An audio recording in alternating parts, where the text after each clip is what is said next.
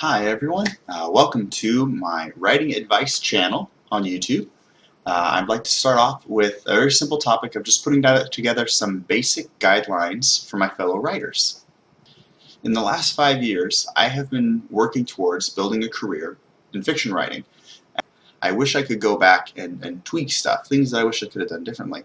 So I'd like to give some advice that helps people avoid a lot of the roadblocks that I was stuck on for sometimes months or years at a time. And the first one that I want to hit on is that there's no right way to write, to publish, to market. This is one of the most dangerous ideas that we can get in our heads, because we're taught when we go to school, when we go to college, we study for a career. We get a degree in finance, a degree in real estate, a degree in whatever. We're taught that there is one right way to make a living at whatever that speciality is. So when we decide we want to be writers, we roll up our sleeves, we follow our favorite writers, we go to writers groups, maybe we go to conventions, we go to Google, we type in questions, we try to find how to make a living at fiction writing, thinking that it's like a finance degree or a nursing degree where there are specific criteria that you have to check off, and then voila, you're done. Now you can be successful. But one of the things that I wish I had known from the get-go is there is no right way to make a fiction writing career work. What works for one writer won't work for another. So the first thing I want to express from the get-go is that I'm sharing what has worked for me and for the people that I'm following, the writers that I'm learning from. Some of the advice that I'm giving might be spot on for you. Some of it might feel like lemon juice being poured into a wound and you just can't stand it. That's just part of the process of learning different ideas and different ways of getting things done. I hope some of this will help you, and I try to back as much of it up with actual studies and statistics as I can. But you have to be very careful when you're asking questions about what works and what doesn't, because some people are very, very religiously attached to what works and what doesn't, and if you're not careful you can walk yourself into a pretty intense argument by asking the wrong questions. But just an example of different writers on different paths. There's a big fork right now in publishing between traditional presses, which is all the big publishing companies up in New York City, and then independent publishing, or doing it yourself, or building your own publishing company.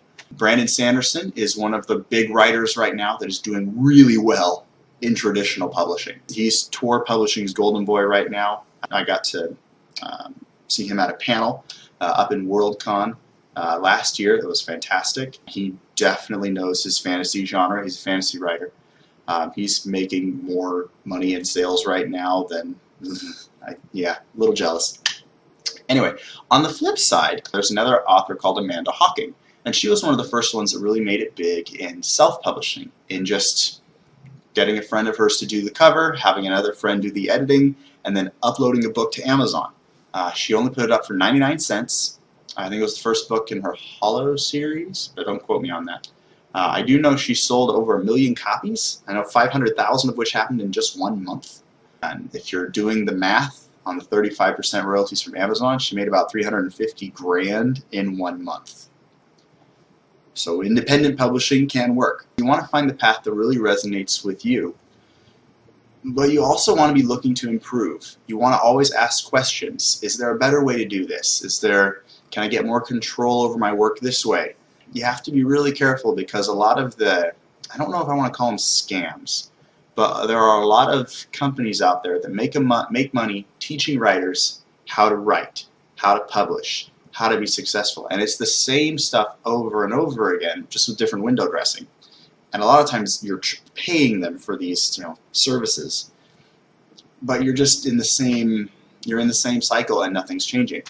One of my favorite quotes, I think this was Albert Einstein, was the definition of insanity is doing the same thing over and over again, but expecting a different result.